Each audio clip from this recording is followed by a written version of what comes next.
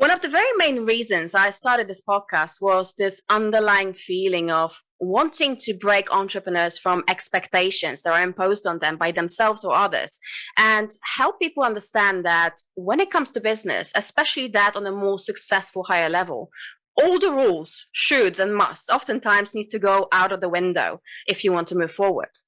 But I also wanted to help people understand that it will not all be a walk in the park, as it is often presented, that you will be tested and stretched, sometimes to your limits.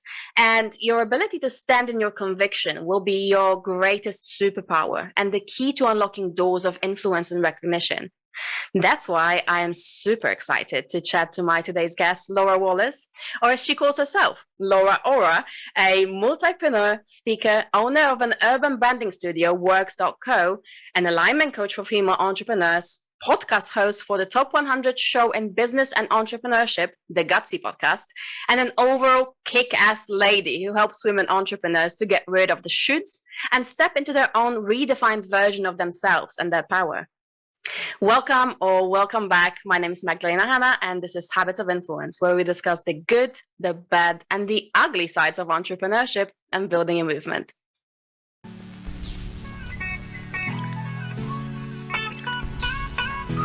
Everything that happens is motivation.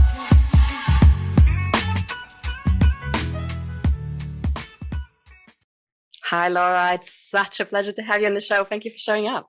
Oh, thanks so much for having me and creating the space for this conversation. Oh, I'm really, really super excited because I know that we resonate on a lot of topics.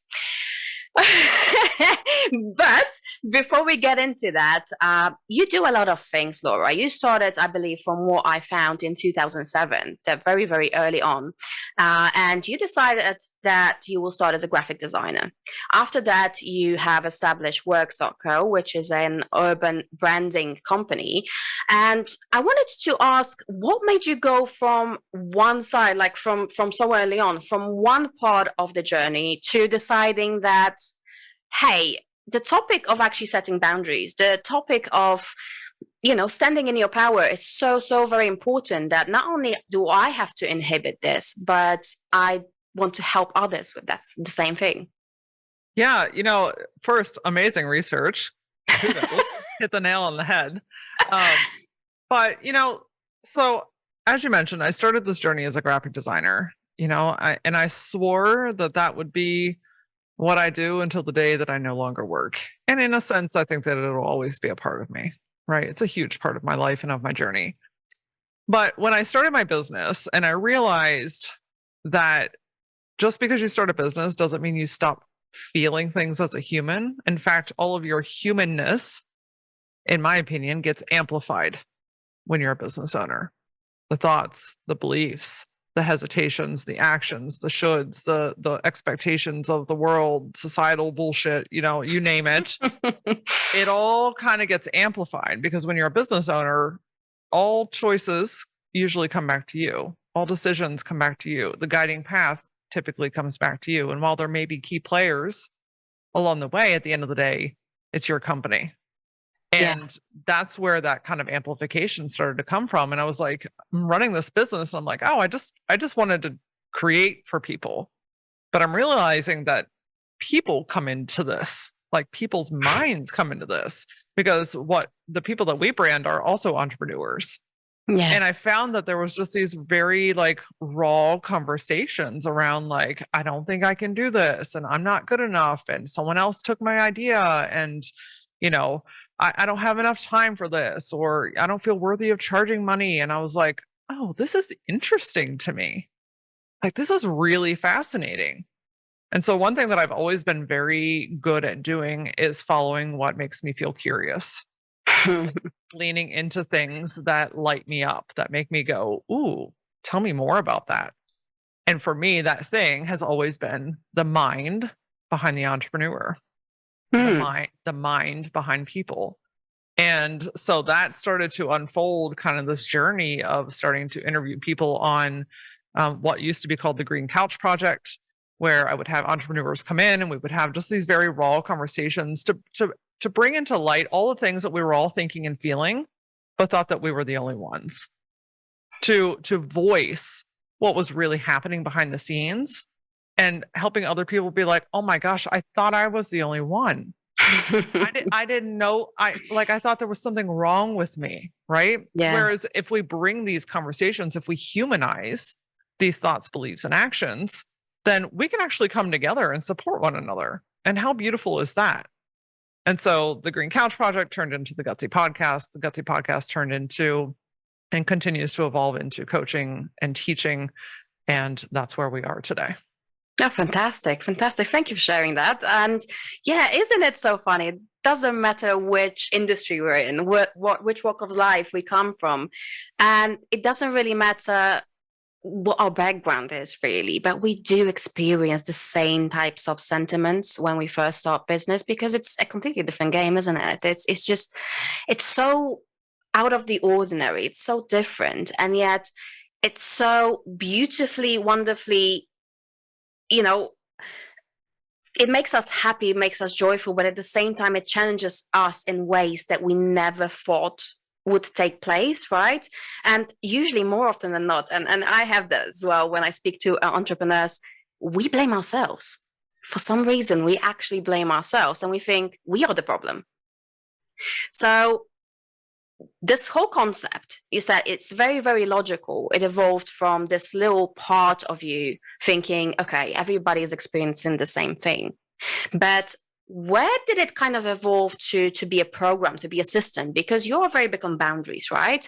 And I have read also, whilst I was reading about you, that at the very beginning, when you started Works.co, it was a wonderful business. I mean, like it's a beautifully curated business. It helps small business owners to brand their spaces in a way that would be aligned with what they want to represent, with their vision and their mission, which is absolutely wonderful. But I did also read that part where you said, I actually felt that my business owns me. And this is not the way it's supposed to be. I think a lot of us, we go into business, we think like this, yeah, freedom, lifestyle, laptop, beach, right? Everything is wonderful. And we don't really have to do much because we are being told that that's the case. And yet you found yourself in this position where you found yourself trapped with your own business. So is that what kind of influenced or impacted the fact that you're very big on boundaries right now, and that journey that you actually are curated for other people to follow in order to get better, is to incorporate those boundaries, to not feel those sentiments? Yeah, I mean, I think that again, it's been an evolution, right? And I absolutely got to the point where I felt the business owned me instead of me owning the business. But that was a reflection of what I allowed. And that's the hard pill that is sometimes challenging to hear and accept of ourselves. But that's not an invitation to shame. That's not an invitation to beat yourself up, right? Yeah. It's an invitation to get more connected with who you are and what you actually want. Because I built that business off of the shoulds.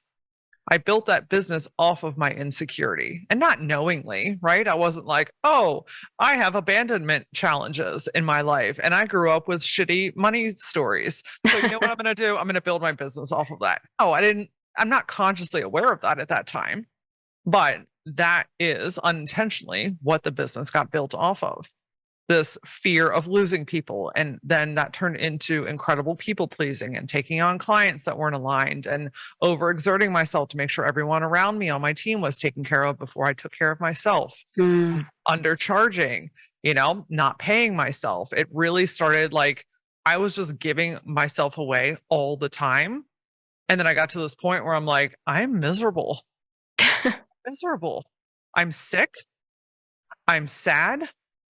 I'm uninspired. And the thought of doing this one more day, it feels hopeless to me. And so that all kind of started to really coincide with about the time frame that COVID was happening. Yeah.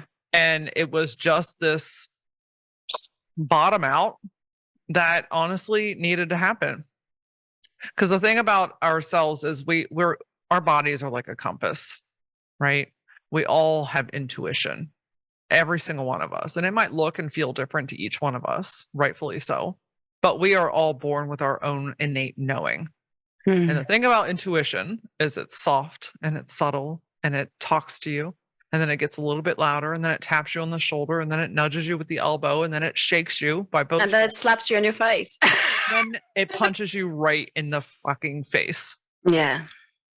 And that was a moment where I got punched in the face. Because when I look back, I can see clearly now the signs, the intuitive drops, the thoughts or feelings that I would get that I would be like, oh no, I can't do that. That would be detrimental, right? I can't change this. I can't downsize my that. I can't leave this space. Like that, I've built all this thing and now I must maintain this thing, right? I have to keep going. I got punched in the face. And honestly, now gone through it, I can say I'm actually really grateful because it helped me to have the wake-up call. It helped me to learn. Yeah. With every what might be perceived as a failed moment is just simply a learning opportunity, something to learn more about yourself, the people around you, the thing that you're creating or building. It's all an opportunity. So I don't even remember what your original question is. I'm sorry. I took us on a journey here, but I say that to say that, the business no longer runs me. Yeah. And yeah. I value myself. It was just about the boundaries. So where you decided that, hey, this is the solution. Like I need to put in those boundaries. Yeah.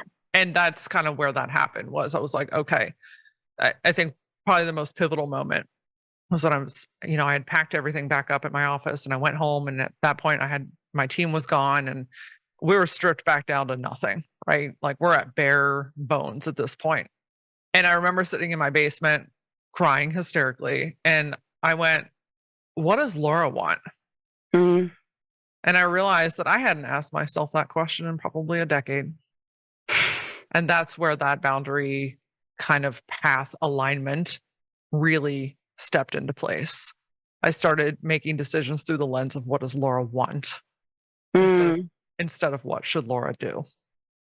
And you kind of already answered one of the things that I wanted to talk about, but we will get to people pleasing and the whole process and everything, because I mean, that's your specialty. That's what you help people with. But I love what you said. And I wanted to kind of touch upon that a little bit. You said, I'm very grateful for this part of the journey because it taught me something. And I personally, it resonates so much with me because I am a multiple business owner myself. I have built businesses in the past before becoming a consultant. And I did have one business that I thought, well, will propel me to the success. Yeah, it eventually did. It did get, it did get me to where I wanted to be. It taught me a lot, but I absolutely hated it. The problem was I absolutely hated it. It wasn't something that I believed in. It wasn't something that I was even interested in. But I knew that,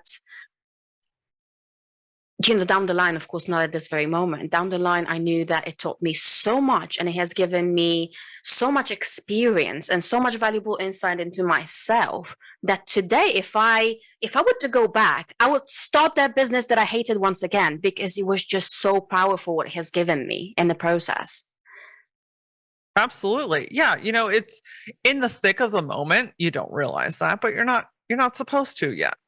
Yeah. Right? Because you're in the journey, you're gathering pieces as you're walking through. I get this visualization of like kind of going through this journey through the woods, and on your way, you're picking up things that you need that maybe you didn't know that you needed. Maybe you're sitting things down that you no longer need. And, the only way out is through, right? Yeah. And if you stay open during that process, there is an opportunity to gain an incredible amount of knowledge and wisdom that you couldn't sit down and force out of you on paper. Yeah. Right. Absolutely. Like that wisdom does not come from planning. Yeah. That wisdom comes from experiencing. Yeah. And so everything is the stepping stone. And especially through the entrepreneurial journey, everything leads to the next thing. Always. Like where either one of us or anyone is listening today, where you are right now, currently in this moment, could not have been possible without all of those other things. The good, bad, and like you said, the ugly. The ugly, yeah. And what the funny part is that, well, obviously this is human nature, right? We want everything to happen very quickly. We want the easy way out. We want the tips and tricks, right? The solutions. And I know, because I've also, during my research, I've noticed I was like, yes, she's my kind of person. You don't believe in easy fixes, nor do I. It is a process. And we should take value from the whole journey as opposed to what is going to happen on the other side, because oftentimes we don't know what's going to happen and what wealth we're going to garner from it until we actually find ourselves there, right? And this is so many moving parts that you need to go through along the way. The process that is essentially very beautiful. It's nerve-wracking, it's stressful, but it's also beautiful. And I don't think that a lot of people, when they're first starting out, understand the value in it. What do you think? Yeah, I mean, it doesn't feel good. No. Right? So, if you talk to somebody that's going through something that's challenging right now, the first instinct is not like, I'm grateful for this experience. No. Oh, the wealth of knowledge. Yeah, that doesn't happen for a little while, but I think it's okay to let that be. It doesn't always need to be this depth in the moment. Sometimes you just got to be in the moment and feel what you need to feel. We're quick to want to rush past emotion. I mean, literally just earlier this week, I'm like having a meltdown, right? I'm crying. I'm like super upset about a situation. And I can remember thinking like, this is good for me. Before I would want to rush past this and get to the part where it feels good again. But I'm like, maybe right now in this moment, I'm just supposed to be sad. And can I let that be? Can I try to not fix it right now? What if I actually just process this and have a really, really good cry? Hang out with my husband for a little while. We took a 2.5-mile walk and we talked things out. He works in the business with me, so he understands things. So he's a sounding board to listen to me and to, to exchange ideas with. And so we walked for 2.5 miles and just talked it out. I feel like $1 million today. You know what I mean? Like, and it's in those moments like, okay, this is crappy right now, but I don't have to rush to fix it. Yeah. Sometimes I just need to be in it to let it really process the way that it wants to. Yeah, see, but it's beautiful that you have this awareness, but this awareness, it shows up. It's not there from the beginning. It's not there from the get-go. You don't just suddenly, get a light and sit down and a beam of light that comes to you and you're like, okay, I have to just give this to myself. No, it comes with working on yourself. It comes with exploring yourself. And it's also in that awareness that, hey, I don't need to solve everything immediately. And I'm fine with that. And I think the part I'm fine with that is the essential one that we need to learn, right? Yes, that's the one that will release a lot of the tension and the chaos. Yeah. Because that bigness, that heightenedness often comes when we try to control it. Yeah. Whereas if we just step to the side for 30 seconds and let the traffic pass through, it's going to pass through. Right. But we're like, nope, got to get in there, got to jump in, got to fix it, got to do the thing. Right. Like it's just this like all hands on deck type of thing. And then what do? We make a bigger fucking mess. And then we have to undo and fix and shift and move around the pieces of the puzzle that we've like thrown up into the wind. Right. Yeah. I'm apparently big on analogies today. So, but yeah, I'm a visual person. So I think it's helpful to kind of like actually see and feel what this looks like in real life and real time. So, if we give ourselves permission to start to build awareness around our thoughts, feelings, desires, actions, all the things that are you, and then pause. That's where your power is, my friend, is in pausing. Oh, absolutely. Build awareness and then stop for a second, because that allows you to get back into your conscious mind. It allows you to get back into your body instead of just like continuing to stick in the habit loop of what you would typically do in this situation. We have the opportunity to break that cycle and to form a new, healthier habit. Oh, I completely agree. Completely agree. And I've been through that. And like we said before, it's not nice. It's not lovely at that very moment, but it does provide massive insight, and it is necessary and it is needed to reach that point of, okay, that's absolutely fine. I can deal with this. If not today, maybe in a week, maybe in a few days, maybe in a year, but I will. And I will get to it, and I'm just going to see where it takes me, right? But that's all fine and dandy for somebody who's already on the journey. But as we said before, whilst you're in it, it's not necessarily so obvious. So as a recovering people pleaser, Like, I'm a recovering people pleaser as well. In fact, I actually was a professional people pleaser, as I laugh sometimes. Turned professional antagonist. So that was my reaction to it. But you yourself, as a people pleaser in the past, if you sat down with a person who is just new to all of those things and is maybe new to entrepreneurship, or maybe not, maybe they're in business for a while, but they have just not heard or listened to those concepts before, what would you say is that pivotal switch that people need to make in order to even get themselves on a journey of stopping people pleasing or building those boundaries? Absolutely. So it's going to come back to a word that we've already mentioned, which is awareness. Here's the thing. Most people don't even realize that they're people pleasing. They're just doing it, right? And so why we don't make a lot of change is because we're not aware of what needs to be changed or what could help us by changing. And so if we start to look at, like, you know, what are some of the things that you consistently lean on? I don't have enough time to do things. I can't relax. You know, I'm overcommitted. I'm on all these boards. I'm volunteering at all this stuff. I've got too much on my plate, you know. And okay, let's start to notice some of the words and phrases that you say on a regular basis. How many times have you said yes when you actually wanted to say no? See, it's just very, very little turns of the dial where you start to go, oh. And then you can start to unpack things, right? It's not about changing everything overnight. It didn't get like this yesterday, where it's not going to be different tomorrow. Okay? Because especially as women, we want to just like, okay, now I'm aware of it, so now I want to fix everything and I want it to be done. Okay, well, that's not how this process works. Spoiler alert. But if we start to ask ourselves these questions, how many times have you said yes when you wanted to say no?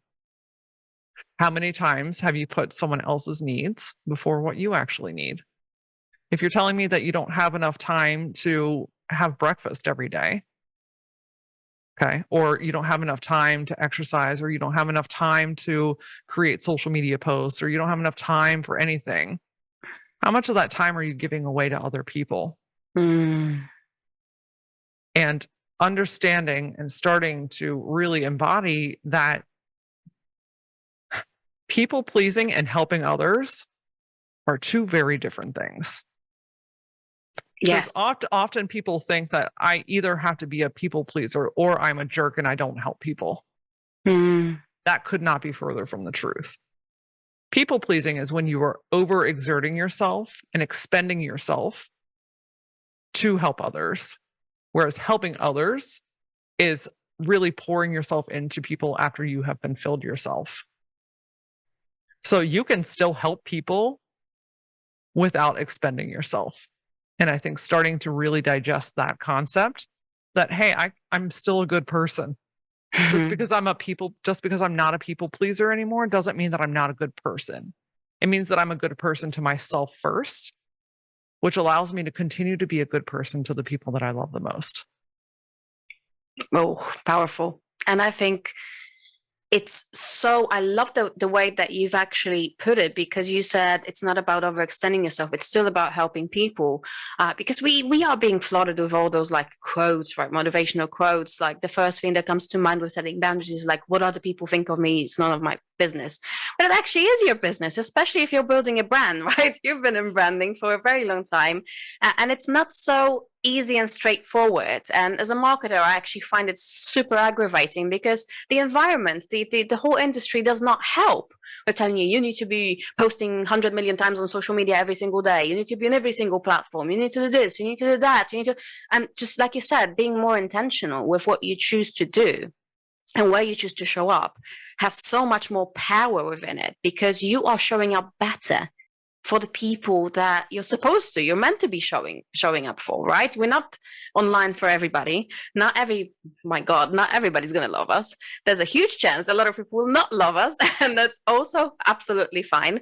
But like I said, we're bombarded with those floods of information from every single side that we are meant to be do something. We should be doing something. We must be doing something.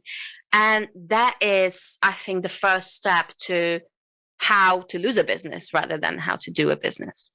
Yeah. I mean, it's deciding to make decisions through the lens of what do I want instead of what should I do. There's also this delicate balance, right? Because if I only did what I wanted, then I also might not stretch myself.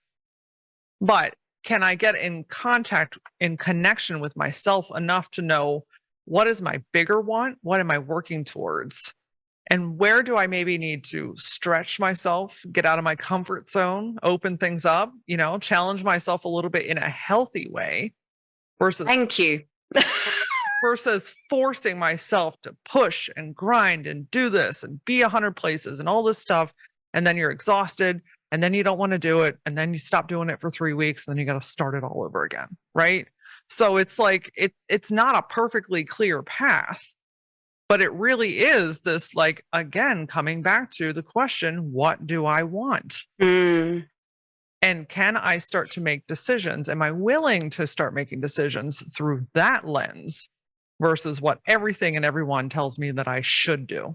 There you go. Because I tell you, if I followed everything that every business expert on the internet told me that I should do, you and I probably wouldn't be having this conversation right now. Oh, I did when I first started out. And I can tell you that I almost wasn't here to have this conversation with you. Yeah. Because it's not sustainable. Yeah. Not being who you are is not sustainable. Yeah. Period. But when you honor what you actually want and you take the tiny steps, you get a little bit uncomfortable, you learn some new things, you get really in touch with yourself, then you start creating this thing that you actually enjoy. Yeah. Remember in the beginning of the conversation, I created a thing that I enjoyed to a sense, but it was all created through the lens of the should. Yeah. But now that I'm through this process and teaching others, and I can see it very, very clearly now, it's exciting because the want, gosh, that all the things that you keep like daydreaming about or vision boarding about or thinking about, or like you catch yourself getting a little excited because you're like, oh, that could be possible. But then you're like, oh, I don't know. That whole like thing that we do with ourselves, that stuff actually becomes obtainable. Yeah. When you honor what you want. Yeah. It's very, very hard to get those satisfying things that you really desire in your life by doing what everyone tells you that you should. Absolutely. And, for everybody listening, it's not to say that we are not going to be doing things that you don't want, because business entails a lot of moving parts, including those that you might not like very much, but they are absolutely necessary. But yes, I completely agree with you. What I really like is that reasonable approach, because again, of course, getting out of the comfort zone. Yes, it could be like we are being told to jump off a cliff and commit suicide. That's not it. And you clearly stated it in what you were saying right now.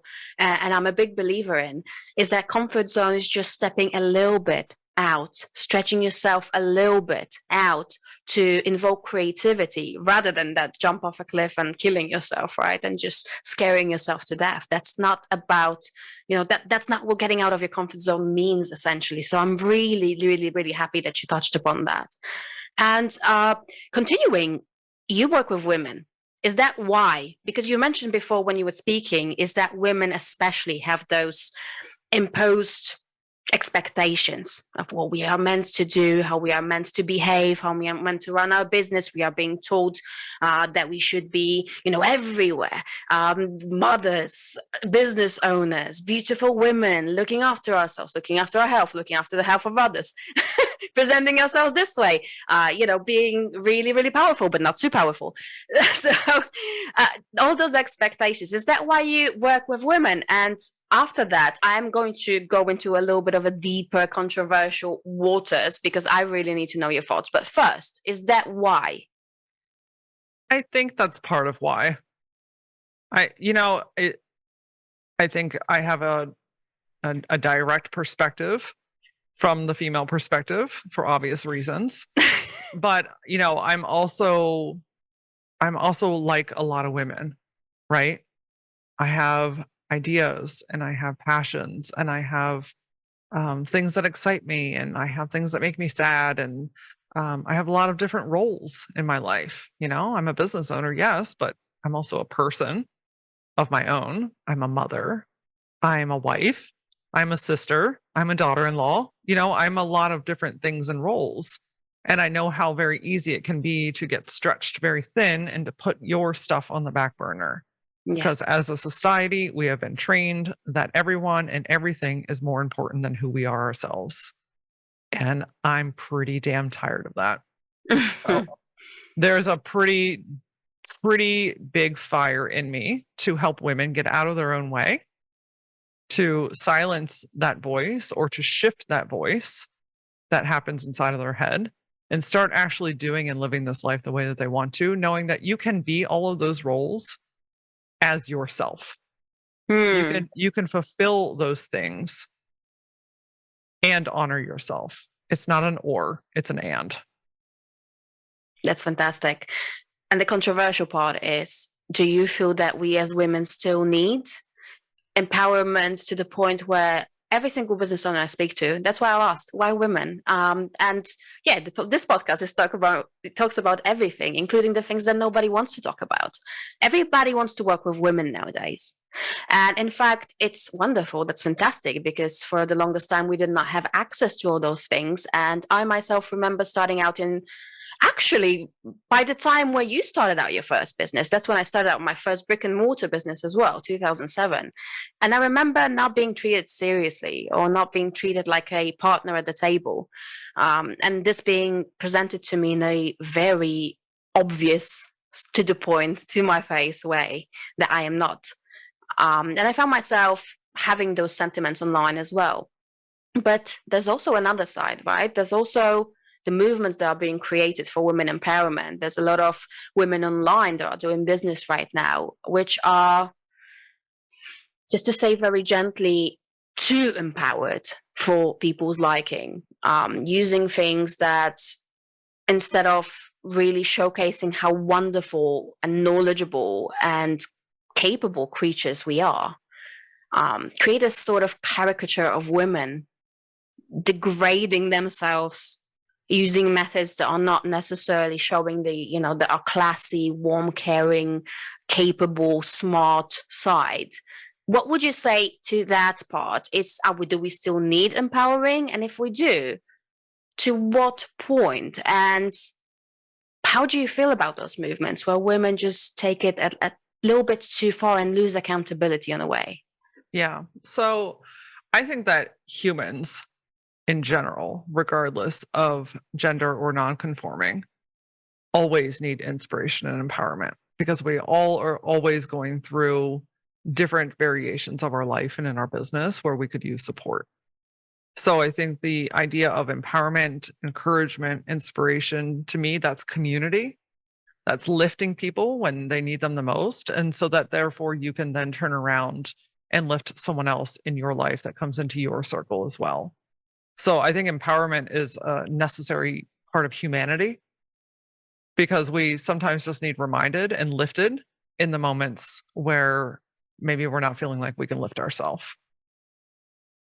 To your point about this maybe extremist side, I think that happens anytime that people see that there is a market for something. Yeah. I don't think it's isolated to working with women. I think it's with anything and everything. And it really boils down to, you have to understand what feels in integrity with you.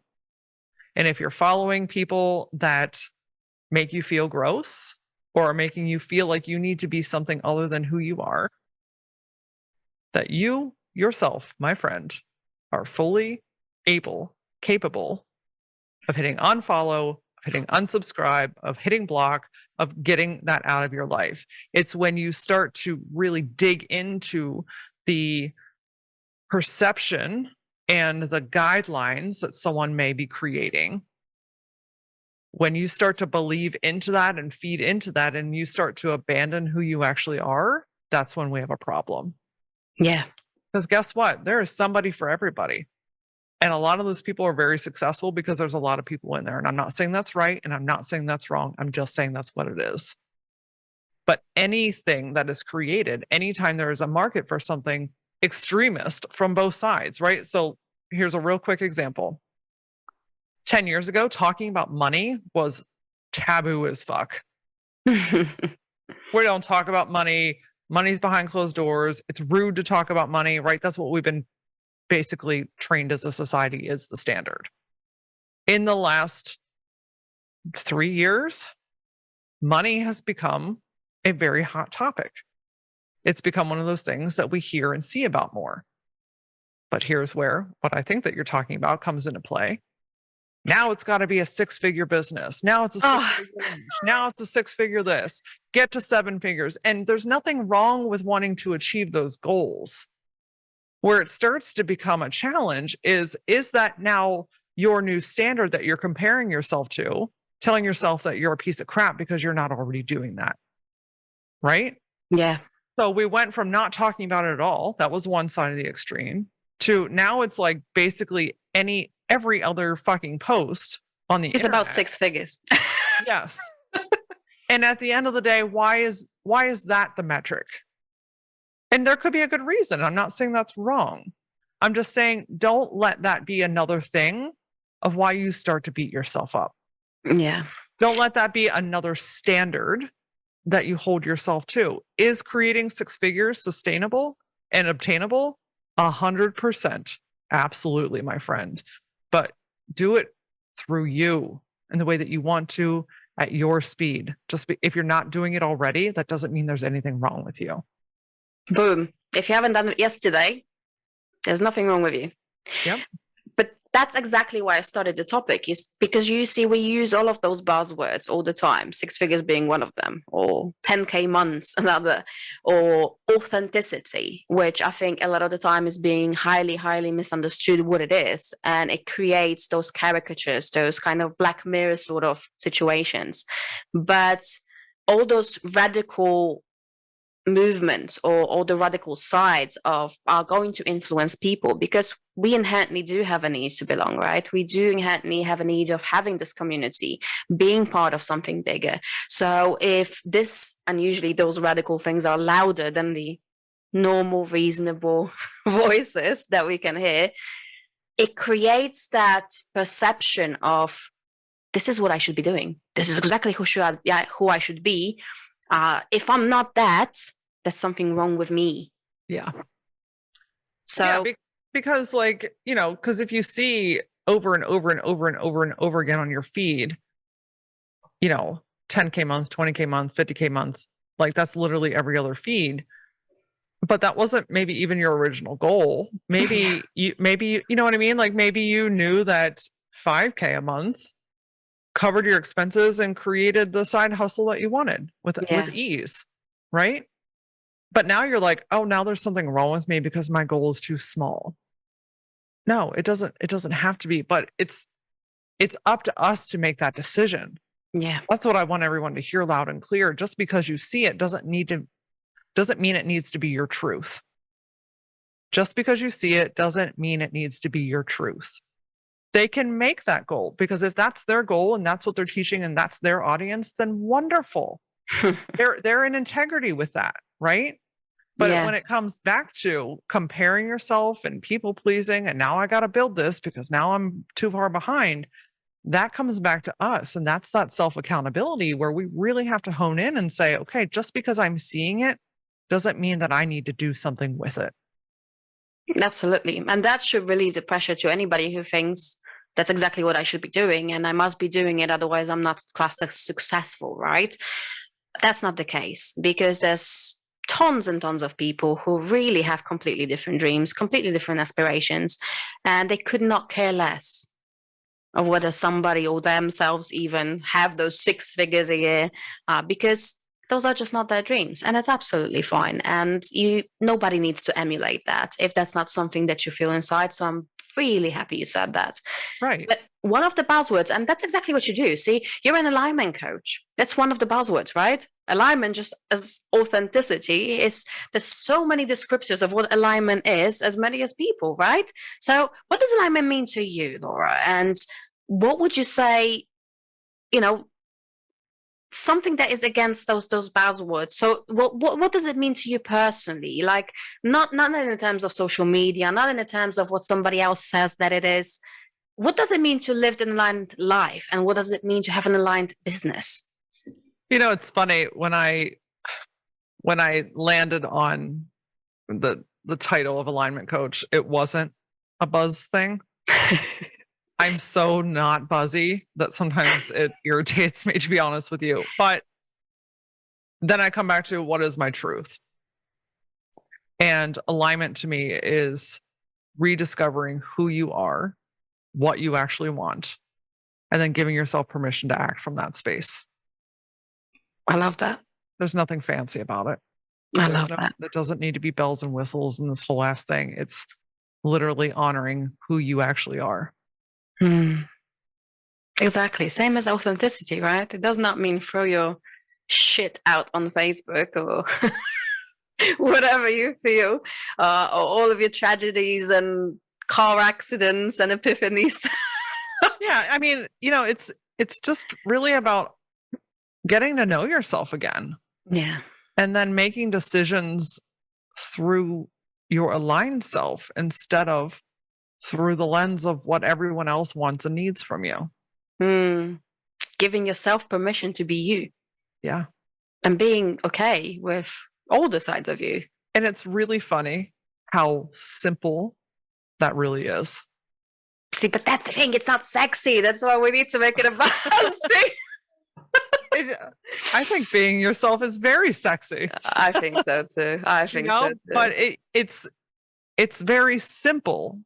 It's not always easy. Yeah. But it is very simple. And as humans, we're like, oh, if it's simple, then it's what's wrong, right? I gotta fix something else. I gotta make another problem because this is too easy. But it's like we unintentionally create a lot of chaos in our own life. Again, self-accountability, by not being ourselves. Whereas if at least 50% of the things that you want right now could be 1,000% easier if you did it through the lens of your aligned self. Oh my gosh. Yeah. If you chose what you actually wanted, if you said what you needed to say, if you got rid of what you needed to get rid of, if you literally just let yourself be in alignment for a week, you could change half of your life. And not go crazy every single day crying. I mean, like, you're going to still cry in a pillow, but it's a different type of cry, isn't it? Once you're good with yourself. It's a release. It really is a release because you're coming home to yourself. Yeah. We've been outside of ourselves for a very long time. And when you start coming home to yourself, you feel a lot of things, and that's okay. Big part of what I talk with my people about is like feeling what you need to feel and let it pass through instead of hanging on to it for dear life and trying to fix it. That is fantastic. So much value, Laura. Thank you so very much. It's amazing. So if anybody does want to get on that journey, or they feel like, I might be ready to kind of explore who I am, it does speak to me. Where can they find you? Where can they go and get some more information, perhaps some, free resources to know what you do? Because I know a lot of people are very big now on checking out, just exploring who we are rather than immediately jumping in. But if somebody wants to get in contact with you, what's the best way to do that? Yeah, if you go to lauraaura.com, it's LAURA.com. That is the hub for all things me. The Gutsy Podcast is a great place if you want a little bit more infusion in your mind to start kind of opening things up to see the possibility. I can get in your brain twice a week, every single week. And then I play the most on TikTok, Instagram, and Facebook. I'm at that Laura Aura. Awesome. And guys, if you like our podcast, you're definitely going to like Laura's podcast, the Gutsy Podcast, because it's basically non-bullshit approach. Like here, it's more kind of like, your podcast is more about life rather than business. Ours is more business inclined, obviously, but yours is very, very similar in nature, but it's more like mindset, right? Overcoming the challenges despite, the hurdles of that life throws at you. You have some absolutely incredible, inspiring people over there. So the last thing I wanted to kind of touch upon, aside of obviously, guys, check out the Gutsy Podcast because it's brilliant, and I started listening to it and I couldn't stop, and I feel ashamed because I was supposed to be doing other things. No shame here, my friend. Totally worth it, though. Totally worth it. So, yeah, definitely check it out. What was the most inspiring story, you would say, from one of your guests? Something that completely just blown your mind, and you feel like you finished the interview and you thought to yourself, like, my God, that was life-changing. Do you have any of those stories? Oh my gosh. Oh, I would have to go back in the archives of my brain here because I don't think I can pinpoint one. And here's why. I know that's not what you're looking for, but hopefully this will do it justice. Every single time that I hang up a call with a guest, I am in absolute fucking awe of people. And it's really easy sometimes walking around in the world to feel like I've lost my faith in humanity. I don't know what we're doing. Let's pack up. When I get off these calls, I'm telling you that these are magnificent women. There's been a handful of fellas on the show as well. Magnificent human beings that have chosen to listen to themselves. And that because they are in alignment with themselves, their ripple impact on the world is immeasurable. And when I look at where all these people are, I'm connecting with people in the UK and Australia and Canada and of course the US and just all of these different countries. And I'm like, because of technology, we can have incredible conversations, and this aura, pun fully intended, this aura just vibrates out into the world, and we can exchange this energy and this aligned passion because we're all doing what we really love to do. We're impacting the world collectively because of it. So while it's not a singular story, I think each one blows my mind because of that very thing. And I think you have just beautifully wrapped up our episode today, because that's exactly what this podcast is about. Understanding that standing in your power has power and has the ability to build that influence that people want, but at the same time, build it for the good, for the change, for something that's absolutely worthy, because it's not always the case nowadays, right? That's not what we are being fed on a day-to-day basis. And the world needs strong leaders that have this positive and life-changing underlying message that we just need. Absolutely. Thank you so much, Laura. This was awesome. Absolutely awesome. I hope we do stay in touch. And guys, if you love this episode as much as we loved doing it for you, absolutely don't forget to like and subscribe. Give us a little thumbs up on YouTube and press that notification bell so you don't miss any upcoming episodes. We post every Wednesday. It's either me or my wonderful co-host, Ian. And if you are listening on one of your favorite podcast platforms, don't forget to leave a little review about Laura's episode.